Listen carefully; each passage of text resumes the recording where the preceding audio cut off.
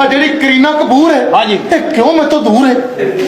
ਜਿਹੜੀ ਮਧੂਰੀ ਹੈ ਇਹਦੀ ਮੇਰੀ ਕਿਉਂ ਦੂਰੀ ਹੈ? ਬਾਬਾ ਜੀ ਜਿਹੜੀ ਸੁਸ਼ਮਿਤਾ ਸੈਨ ਹੈ ਇਹ ਤੁਹਾਡੀ ਭੈਣ ਹੈ?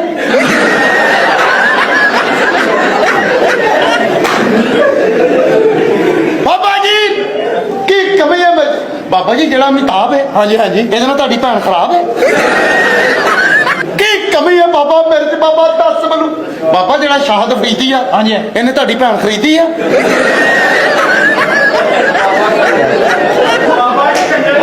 ਗਲਤ ਅਫਵਾਹਾਂ ਬੱਚਿਆ, ਤੈਨੂੰ ਗਲਤ ਅਫਵਾਹਾਂ ਨੇ। ਨਾ ਗਲਤ ਕਦੋਂ ਪੁੱਤਰ? ਸਾਰੇ ਸੁਪਰਸਟਾਰ ਸਾਡੇ ਘਰ ਵੜੀ ਜਾਣ ਡਿਆ। ਨਹੀਂ ਨਹੀਂ ਬੱਚਿਆ, ਇਹੋ ਜੀ ਕੋਈ ਗੱਲ ਨਹੀਂ। ਅਸਲ ਗੱਲ ਹੋਰ ਹੈ ਬੱਚਿਆ। ਕੀ ਬੱਚਿਆਂ ਨੂੰ ਦੱਸ। ਜਿਹੜਾ ਮਹਿਮੂਦ ਖਾਨ ਤੱਕ ਸਹੀ ਹੈ, ਸਿਰਫ ਉਹਨੇ ਬਾਬੇ ਦੀ ਭੈਣ 3 ਵਾਰੀ। ਬਾਬਾ ਜੀ ਕੀ ਸਲਾਹ ਲਈ ਹੈ, ਉਹਦੇ ਕੋਲੋਂ ਸਲਾਹ ਲਈ ਹੈ ਬੱਚਿਆ। ਬਾਬਾ ਜੀ ਜਿਹੜਾ ਰਾਣਾ ਟੁੰਗਾ ਹੈ, ਤੁਹਾਡੀ ਭੈਣ ਦਾ ਉਹ ਚ ਇੱਕ ਮੁੰਡਾ ਹੈ। ਜਿਹੜਾ ਮਨਸੂਰ ਮਲੰਗੀ ਹੈ ਇਹਨੇ ਬਾਬਾ ਜੀ ਤੁਹਾਡੀ ਭੈਣ ਟੰਗੀ ਹੈ। ਪੁੱਤਰਾ ਜਿਹੜਾ ਸੁਲਤਾਨ ਰਾਈ ਆ ਹਾਂ। ਇਹਨੇ ਕਹਿੰਦੇ ਤੇਰੀ ਭੈਣ ਬੜੀ ਵਾਈ ਆ।